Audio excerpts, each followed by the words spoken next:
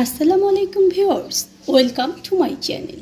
আমি কাউসার রানুপুর আজ নিয়ে এসেছি খুলনা এবং যশোরের বিখ্যাত যে চুইঝাল রয়েছে সেই চুইঝাল দিয়ে গরুর মাংসের রান্নার রেসিপি। এই চুইঝাল দিয়ে আমরা মূলত গরু এবং খাসির মাংস খেয়ে থাকি এবং যারা খুলনায় বেড়াতে গিয়েছেন তারা চুইঝাল খাননি এরকম মানুষ কিন্তু খুব কমই রয়েছে। এই যে চুইঝালটা এটা মূলত কিন্তু ঝাল এবং টেস্টি একটা ফ্লেভারের মশলা। এটা শুধু আমাদের মশলা হিসেবেই নয়, অনেক ঔষধ হিসেবেও কিন্তু এখন আমাদের দেশে ব্যবহৃত হচ্ছে এবং এখান থেকে অনেক পুষ্টিগুণ সমৃদ্ধ খাবার আমরা এখন তৈরি করতে পারছি। এই চুইঝালটা অনেকের রান্না করার পরে দেখা যায় যে একেবারে আস্ত অবস্থায় থাকে না এবং যে রসুনটা আমরা চুইঝালে ব্যবহার করি সেটাও অনেকের ভেঙে যায়। আজ আমি চুইঝাল কিভাবে আস্ত রাখতে হবে এবং রসুনটাও ঠিক খুব সুন্দরভাবে সফটলি সিদ্ধ হয়ে যাবে কিন্তু এটা একদম আস্ত থাকবে, সেই টিপস সহ চুইঝাল মাংসটা আপনাদেরকে দেখিয়ে দেব। আর এই চুইঝাল মাংসটা ঠিক আমি অরিজিনালের মতোই রান্না করব, কিন্তু অনেক কম সময়ে এটা আমি রান্না করে নেব। আসুন দেখে নেই কিভাবে এই চুইঝালের মাংসটা আমার রেসিপিতে আমি রান্না করি। চুইঝালের মাংসটা রান্না করার আগে আমাদেরকে আগে চুইঝাল কি সেটা জানতে হবে। দেখুন, চুইঝাল হচ্ছে একটা গাছের কাণ্ড বা গুঁড়ি। এটা কিন্তু লতানো জাতীয় একটা উদ্ভিদ। আমাদের দেশে খুলনা, যশোর এই জায়গাগুলোতে বেশি এগুলো পাওয়া যায়। এখন কিন্তু সারা বাংলাদেশে এটা প্রচুর পাওয়া যাচ্ছে। এটা মশলা হিসেবে যেমন খুবই সুন্দর এবং খুবই সুস্বাদু একটা খাবারকে স্বাদটা বাড়িয়ে দেয়, তেমনি এটা কিন্তু আমাদের বহু রোগের একটা ঔষধ হিসেবে এখন কাজ করছে। এই চুল ঝালগুলোকে আমরা কিন্তু কিনে নিয়ে এসে সংরক্ষণ করতে পারি ডিপ ফ্রিজে। চুই ঝালগুলো ডিপ ফ্রিজ থেকে বের করে নিয়ে আমি এগুলো পানিতে 2 মিনিট ধরে ভিজিয়ে রেখেছিলাম। এখন দেখুন যে চাকু দিয়ে ঠিক চুই ঝালের উপরের যে ছালটা রয়েছে সেটাকে আগে প্রথমে আমরা ছিলে নেব। দেখুন এভাবে করে আমরা চুই ঝালের উপরের যে ছালটা রয়েছে সেটা আগে ছিলে নিচ্ছি।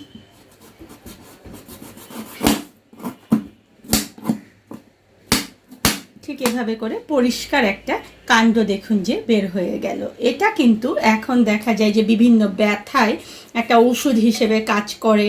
আমাদের যাদের ক্ষুধা মন্দা রয়েছে, যাদের আলসার রয়েছে, অ্যাসিডিটি রয়েছে, তাদের জন্য এটা নাকি খুবই ভালো, যেটা ডাক্তাররা বলেন। আবার দেখা যায় যে যাদের ডায়াবেটিস রয়েছে তাদের জন্য এটা ভালো, আর যাদের মুখে অরুচি নেই তাদের জন্য তো অবশ্যই এটা অনেক উপকারী একটা মশলা। চুইঝালগুলোকে ছিলে নিয়ে আমরা ঠিক এটাকে এভাবে করে কেটে নেব। আমরা কিন্তু এটা খুব বেশি পাতলা করে কাটবো না। এটা দেখুন যে এরকম একটু মোটা মোটা করে কেটে নিতে হবে, এতে করে রান্নার পরে কিন্তু চুইঝালটা আর গলে যাবে না, আমরা এটা একদম আস্ত অবস্থায় খেতে পারবো। আর চুইঝালটা যখন আপনারা কামড়িয়ে একটু খাবেন তখন দেখবেন যে এটার যে আসল স্বাদটা রয়েছে সেই স্বাদটা আপনারা পাবেন। এভাবে করে চুইঝালগুলো আমরা কেটে নিচ্ছি। আমার এই চুইঝালগুলো কিন্তু একেবারে খুলনা থেকে নিয়ে আসা, তাই এগুলো কিন্তু অনেক মোটা মোটা। আমাদের সব জায়গাতেই মশলার দোকানে দেখবেন যে চুইঝালটা কিনতে পাওয়া যায়, কারণ এটা কিন্তু এখন খুবই জনপ্রিয় একটা খাবার। আগে এভাবে চুইঝালগুলোকে আমরা কেটে নেব টুকরো করে। দেখুন যে এরকম চুইঝালগুলো আমি সব কেটে এগুলোকে একটু ধুয়ে নিয়েছি। এখন চুইঝালের মাংসের আরেকটা প্রয়োজনীয় এবং গুরুত্বপূর্ণ জিনিস হচ্ছে রসুন। আমি রসুনগুলোকে দেখুন যে সামনের যে আঁশ জাতীয় জায়গাটা রয়েছে সেটাকে একটু চেঁছে নিয়েছি, আর পিছনটা জাস্ট অল্প একটু কেটে উপরের যে ছালটা থাকে সেটাকে আমি ছিলে নিয়েছি। আজকে আমি 2 কেজি মাংস চুইঝাল রান্না করব, তাই এখানে আমি 20টি রসুন নিয়েছি। এই রসুনটা কিন্তু আপনারা যে যার মতো করে দিতে পারবেন, ঠিক কতটুকু আপনাদের প্রয়োজন সেটার উপরে নির্ভর করবে। আমি রান্নায় কিন্তু সব সময় খুব অল্প সময় দিতে চাই, আর তাই এখানে আমি একটা প্রেসার কুকার নিয়েছি। আমি যে মাংসগুলো কেটে ধুয়ে নিয়েছি সেই মাংসগুলো এখন আগে আমি এর মধ্যে দিয়ে দেব। মাংসগুলোতে কিন্তু চর্বি থাকবে, হাড় থাকবে, কলিজা থাকবে, সব কিছু মিলিয়ে মাংসটা। আর মাংসটা কাটার সাইজ কিন্তু রেগুলার মাংসটা ঠিক যেরকম একটু সাইজ বড় করে কাটা হয় সেরকম করে আমরা এটাকে কেটে নেব। এখন এর মধ্যে আমি 2 টেবিল চামচ পরিমাণ রসুন বাটা দিয়ে দেব, আর এখানে আমি দিয়ে দেব 2 টেবিল চামচ পরিমাণ আদা বাটা। এই মশলাটা কিন্তু চুইঝালে একটা গুরুত্বপূর্ণ ব্যাপার, তার কারণ চুইঝালটা কিন্তু একটু মাখা মাখা টাইপের হবে এবং এটা কিন্তু দেখা যায় যে মশলা দিয়েই সম্ভব। আমি এখানে লবণ দিয়ে দিচ্ছি 1.5 টেবিল চামচ পরিমাণ। লবণটা আপনারা পরে কিন্তু কম বেশি করতে পারবেন, মানে যদি কম হয় তাহলে দিতে পারবেন, কিন্তু বেশি হলে দেওয়া যাবে না। তাই প্রথম আমি আমার আন্দাজ মতো দিলাম, পরে যদি দরকার হয় আমি আবার দেব। আর এখানে আমি 1 টেবিল চামচ পরিমাণ হলুদ গুঁড়ো দিয়ে দিলাম। মরিচ, শুকনো মরিচের গুঁড়োটা আপনাদের ঝালের উপরে ডিপেন্ড করবে ঠিক কতটুকু খেতে চান, কিন্তু চুই ঝালের মাংসটা কিন্তু একটু স্পাইসি হলেই ভালো লাগে। আমি এখানে 1.5 টেবিল চামচ পরিমাণ শুকনো মরিচের গুঁড়ো দিয়ে দিলাম। আর আমি এখানে দিয়ে দেব কিছু গরম মশলা। দেখুন আমি এখানে সাদা এলাচ, লং, বড় এলাচ এবং দারচিনি নিয়েছি। এগুলো এখন আমি এর মধ্যে দিয়ে দিলাম। 1 কাপ তেল আমি এখানে দিয়ে দেব। আমি এখানে সয়াবিন তেল ব্যবহার করছি। সয়াবিন তেল দিয়ে এটা অনেক সুন্দর হয়, সরিষার তেল দেওয়ার প্রয়োজন নেই। যদি কারো সয়াবিন তেলে প্রবলেম থাকে তাহলে আপনারা এটা সরিষার তেল দিয়ে রান্না করতে পারবেন। এখন খুব সুন্দর করে কিন্তু আমি এই মাংসটাকে হাত দিয়ে মাখিয়ে নেব। বাঙালি কিন্তু হাত দিয়ে না মাখালে মনে হয় যে রসনার একটা পুরোপুরি তৃপ্তি হয় না, আমাদের মনে হয় যে রান্নাটা মনে হয় অত সুন্দর হবে না। আর হাত যদি কারো জ্বলার সম্ভাবনা থাকে তাহলে আপনারা গ্লাভস পরে নিতে পারেন। এখন এই মাংসটাকে আমি খুব সুন্দর করে আগে মাখিয়ে নেব। আমি খুব সুন্দর করে দেখুন যে মশলা দিয়ে মাংসগুলোকে মাখিয়ে নিয়েছি। এখন এটাতে আমি জাস্ট অল্প একটু পানি, মানে আমার হাতে যেহেতু মশলা লেগে আছে সেই পানিটা দিয়ে এভাবে জাস্ট উপরে দিয়ে দেব। মশলা মাখানোর উপর কিন্তু মাংসের টেস্টটা অনেকটা ডিপেন্ড করে। এখন আমি প্রেসার কুকারটা বন্ধ করে দিয়ে এটাকে জাস্ট 4টা সিটি দিয়ে ফিরে আসছি। 4টা সিটি দিয়ে আমি এটাকে 10 মিনিট রেখে দিয়েছিলাম চুলা বন্ধ করে, যাতে করে এর মধ্যেকার যে ভ্যাপারটা রয়েছে সেটা বের হয়ে যায়। এখন আমি প্রেসার কুকারটা খুলে নিয়েছি। আরেকটি চুলায় আমি একটি কড়াই উঠিয়ে দিয়েছি। কড়াইটা আমার ঠিক গরম হয়ে গিয়েছে। এখানে এখন আমি 1/2 কাপ পরিমাণ তেল দিয়ে দেবো। চুই ঝাল কিন্তু তেল মশলায় একেবারে পরিপূর্ণ একটা রান্না। আপনারা কিন্তু খেয়াল করেছেন আমি এখানে আগে কিন্তু কোনো পেঁয়াজের ব্যবহার করিনি, তাই এখানে আমি 1.5 কাপ পরিমাণ পেঁয়াজ কুচি দিয়ে দিলাম এবং এই পেঁয়াজ কুচিগুলোকে আমি একেবারে ব্রাউন কালার করে ভেজে নেব। পেঁয়াজটা দেখুন যখন এরকম ব্রাউন হয়ে যাবে তখন এখানে আমি তেজপাতা দিয়ে দিলাম 3টি ছিঁড়ে। এটা কিন্তু আমার গাছের কাঁচা তেজপাতা, আপনারা শুকনো তেজপাতা ব্যবহার করবেন, কোনো সমস্যা নেই। এখন আমার যে মাংসটা আমি প্রেসার কুকারে সিদ্ধ করে নিয়েছি সেই মাংস থেকে আমি একটা ঝাঁঝরি দিয়ে মাংসগুলো শুধু তুলে দেবো। আমি কিন্তু এখানে ঝোলটা তুলে দেবো না, জাস্ট দেখুন যে শুধু মাংসগুলো আমি এখানে দিয়ে দিচ্ছি। এভাবে সব মাংসগুলো আগে এখানে আমরা তুলে দেব।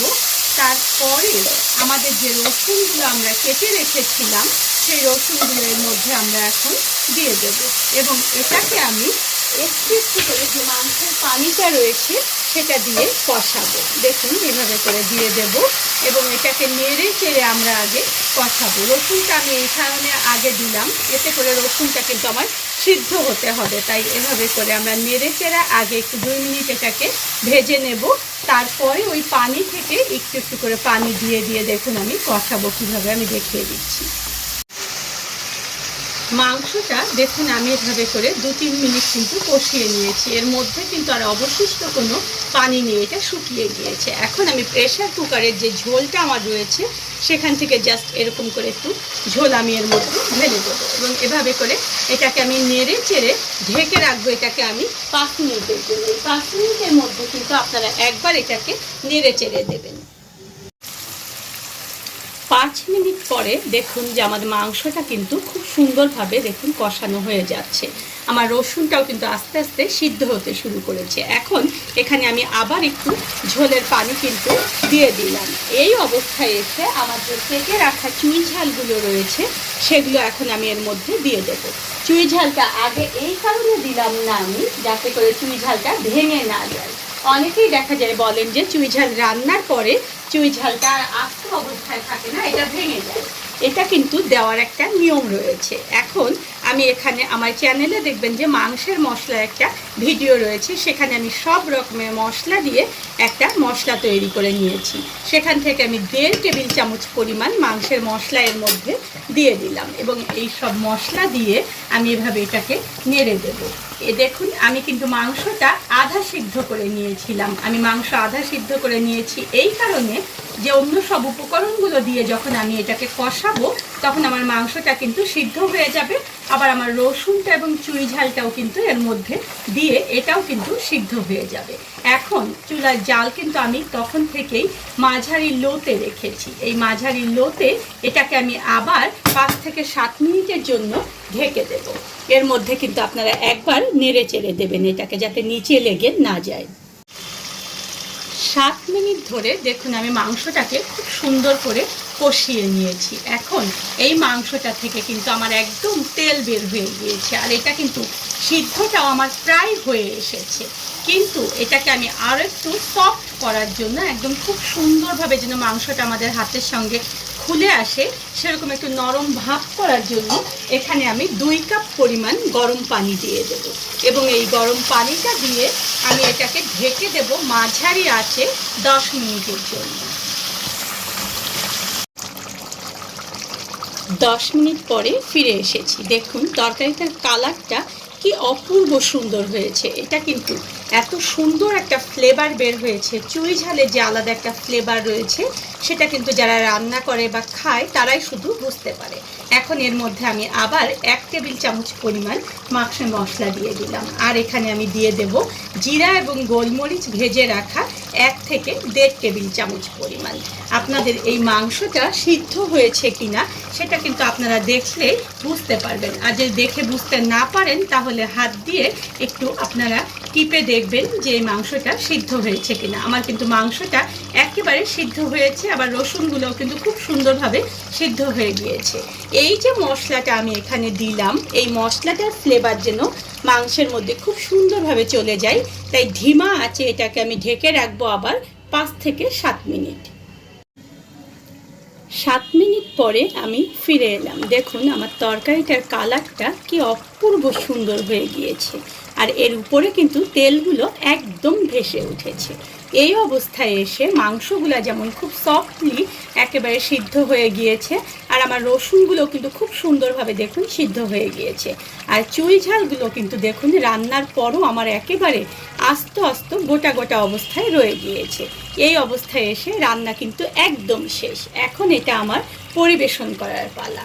এই অবস্থায় আমরা খুব সাবধানে এটাকে পরিবেশন করব তুলে তুলে।